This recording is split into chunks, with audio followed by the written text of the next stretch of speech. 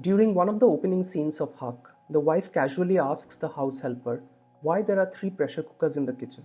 The helper replies that all three have become old and have specific issues, which is why they no longer work. Almost casually, the husband says he'll just buy a new one. That moment quietly sets the tone for the entire film. Because Huck follows the same parallel journey of Shazia Bano, who is divorced by her husband Abbas Khan, simply because she has become old in his eyes and is then replaced by a younger wife. Huck, directed by Suparn Varma and starring Yami Gautam and Emraan Hashmi, is based on the landmark Supreme Court judgment in the Shah Bano case. The film is reportedly inspired by Jigna Vora's book Bano Bharat Ki Beti.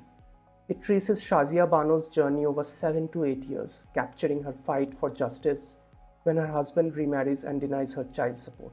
What the film really explores is the uneasy intersection of personal faith, social customs, and constitutional law, especially when women's rights are interpreted through both religious and civil frameworks. Suparn Varma, who previously produced Sirf Bandaa Kaafi Hai, clearly understands how to stage compelling courtroom dramas. That strength carries over here and becomes one of the film's biggest assets. The screenplay is tight, focused, and emotionally grounded. The first 30 minutes are devoted entirely to setting up Shazia and Abbas's marriage. You see warmth, affection, and a sense of security. Shazia genuinely believes she is lucky, content, and loved. That emotional investment is crucial because the film gives you enough space to feel the bond before it is shattered 9 years later when Abbas remarries his cousin. The way the relationship slowly fractures and the trust erodes is staged with remarkable patience. Nothing feels rushed, and that's what allows the emotions to land. The next 1 hour and 40 minutes unfold largely inside courtrooms. What makes this section so effective is how exhausting it feels, and that's intentional. The film captures the emotional and mental toll of chasing justice for 9 long years, moving from district court to high court and finally to the Supreme Court. It's devastating for both parties in different ways, and the film never trivializes that struggle.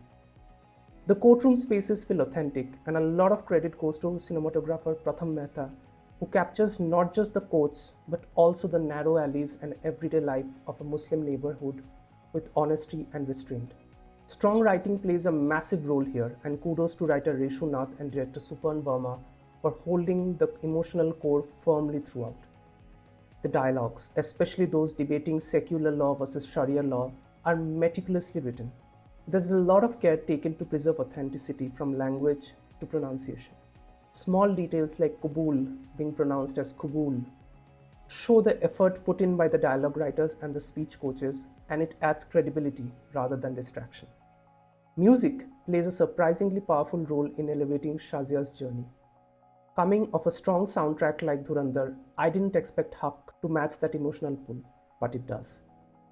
Vishal Mishra's composition with lyrics by Kaushal Kishore stays with you long after the film ends. Both Kabul and Haq Hai Mera are haunting, understated, and deeply rooted in the emotional fabric of the story.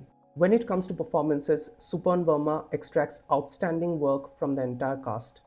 The supporting performances are particularly strong. Danish Husain as Shazia's father is exceptional in every scene, quietly powerful and deeply dignified. Sheeba Chaddha brings conviction and sharpness to Shazia's lawyer, while Vartika Singh is effective as Abbas's second wife.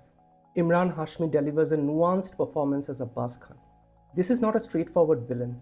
He's a man with shades of grey, someone who begins as affectionate and reasonable, but gradually becomes consumed by ego and entitlement.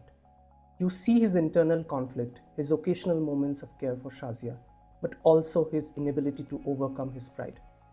Imran plays this with complexity and restraint and confidence. But the film ultimately belongs to Yami Gautam. Her portrayal of Shazia Bano is nothing short of extraordinary.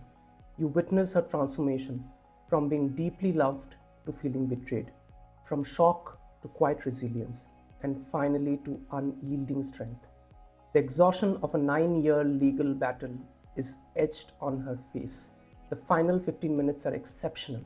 It's a performance that feels lived in, honest, and emotionally devastating.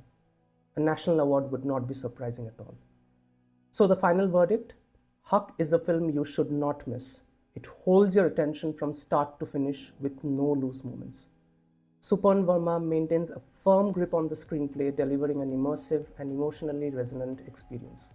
This is easily one of the best Hindi films of 2025 and Yami Gautam's finest performance to date. Huck streams on Netflix. Do let me know in the comments what you liked about Huck, and if you have enjoyed this review, please like, share and subscribe to the channel. Thank you.